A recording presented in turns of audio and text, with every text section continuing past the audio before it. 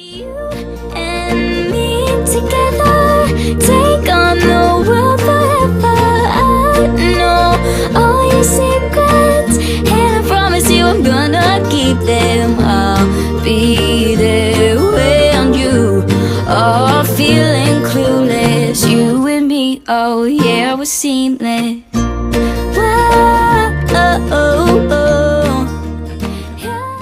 Hi everyone, so today's video is going to be on how to set up a hamster cage. So first of all I want to say that this particular video I'm setting this cage up for a dwarf hamster. So if you are using a Syrian, the cage needs to be slightly larger, and so do the toys and the wheel. This is the minimum for a dwarf hamster. Please make sure your cage is at least 70 by 40 centimetres for a dwarf and 80 by 50 centimetres for a Syrian. So let's get into the video. So of course you're going to need your substrate. I use wood shavings. Wood shavings are totally safe as long as they are aspen. Cedar and pine are dangerous and can cause respiratory issues. You can also use things like Fitch paper bedding, Carefresh, Clean and Cozy, stuff like that works perfect as well. And usually you're going to want between 4 and 5 inches of substrate. Right now it's the summer here and it gets very, very hot in my room. So I tend to do about 3 inches so that if the hamster wants to, they can easily get under all the bedding. So that is your substrate. So next you're going to want to add a wheel. Every single hamster needs a wheel, even if you never see your hamster use it. Hamsters can run up to 15 miles while you're asleep, so it's very important that you provide one and you make sure it is the correct size. This is a 6.5 inch wheel, which is perfect for a dwarf hamster. For a Syrian you need an 8 inch, but preferably larger.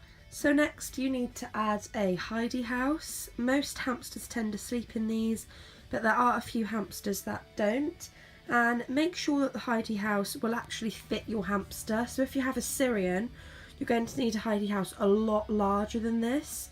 This is just a basic plastic one, and inside you'll need some bedding. So I've always used ripped up toilet paper, which is super cheap and completely safe. Steer clear of fluffy bedding, cotton bedding, because that is extremely toxic and will end up damaging your hamster. So obviously next we have food.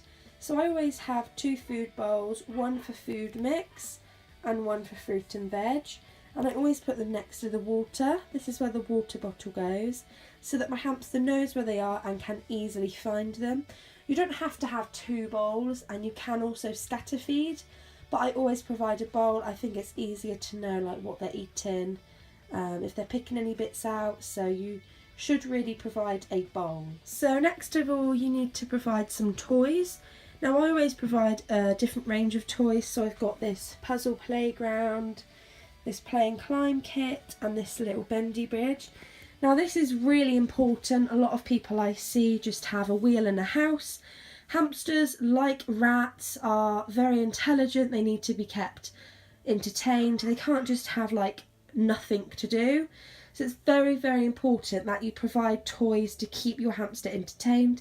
Otherwise they can result to things like bar chewing, biting you, and just not wanting to come out because they are so bored. So if you can, I always provide 2 or 3, hopefully sometimes more, good exciting toys, and I change them out every week. So another thing that is very important is chews. I think a lot of first time hamster owners don't realise that hamsters' teeth are constantly growing and they need to be able to gnaw them down. So you can just purchase, like, they have like the most basic cheap wood chews. I mean, these are like £1 and you get about 20. And then they do like some cool ones. This is a lollipop. But whatever types of chews you have, whether they're wood, loofah, mineral, you need to provide some chews so that your hamster has a chance to grit down their teeth. Then of course you need to add your water source. Some people use bottles, some people use bowls.